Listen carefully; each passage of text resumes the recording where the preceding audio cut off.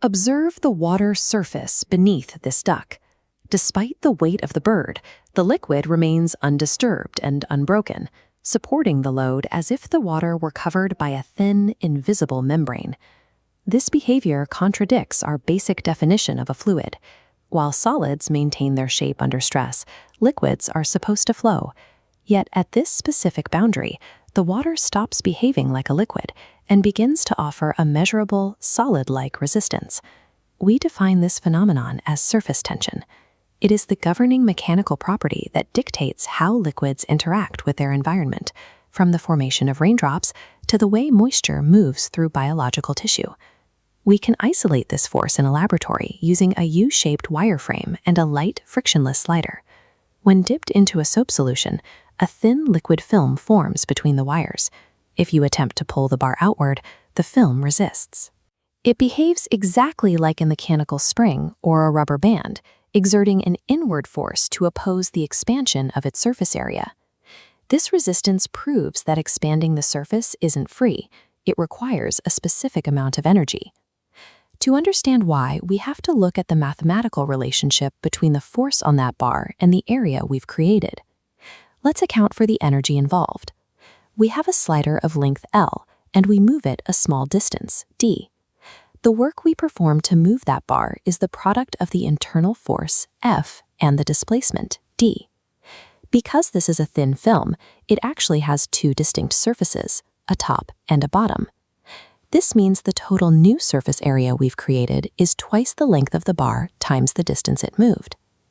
If we let S represent the surface energy per unit area, then the total energy stored in the film is S times the new area, 2dL. According to the law of conservation of energy, this must equal the work we put into the system, force times distance. When we simplify the equation, the distance cancels out, leaving us with S equals the force divided by 2L. This defines surface tension. It is the energy required to create a unit of surface and the force exerted per unit length. This math reveals that surface tension isn't just a force, it's the energetic cost a liquid must pay to expand its boundaries. We can apply this logic to measure the tension of any liquid using a standard laboratory balance. In this experiment, a thin glass plate is suspended from a scale so its lower edge just touches the surface of the water. The liquid immediately grips the plate, pulling it down with a force that can be measured by adding weights to the other side of the balance. We continue adding mass until the plate finally clears the water. We calculate the surface tension using the extra mass, m, and the length of the plate, L. The formula uses 2L because the liquid-air interface acts along the entire perimeter of the plate's edge, pulling on both vertical faces of the glass simultaneously. These tools allow us to quantify the tension, but they don't explain why the liquid behaves this way. To find the source of that pull, we have to look at the molecules themselves.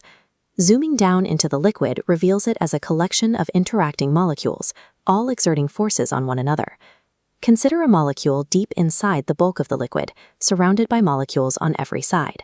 Because it is pulled equally in all directions, the net force on it is zero. This puts the molecule in a stable state with a low, negative potential energy. But for a molecule sitting at the surface, the environment is fundamentally different. There are no liquid molecules above it to pull upward. The surrounding molecules only pull it sideways and inward, creating a net force directed back into the bulk of the liquid. This missing upward pull means surface molecules are less stable. They possess a higher potential energy than the molecules in the interior. In physics, systems naturally seek their lowest possible energy state. For a liquid, the surface is a high energy zone. To minimize its total energy, the liquid must reduce the number of molecules forced to inhabit that surface layer. This structural drive to reduce the population of surface molecules forces the liquid to minimize its surface area, creating the inward tension we observe at the macroscopic level. This energy balance shifts when the liquid meets a solid, like the cotton fibers in this kerosene lamp. If the fuel molecules are more strongly attracted to the solid fibers than to each other, the system actually lowers its total energy by spreading the liquid across the fibers.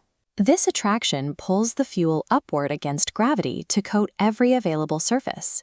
Surface tension isn't a physical skin, it is the visible result of billions of molecules attempting to reach their lowest energy state by carefully managing their boundaries with the world around them.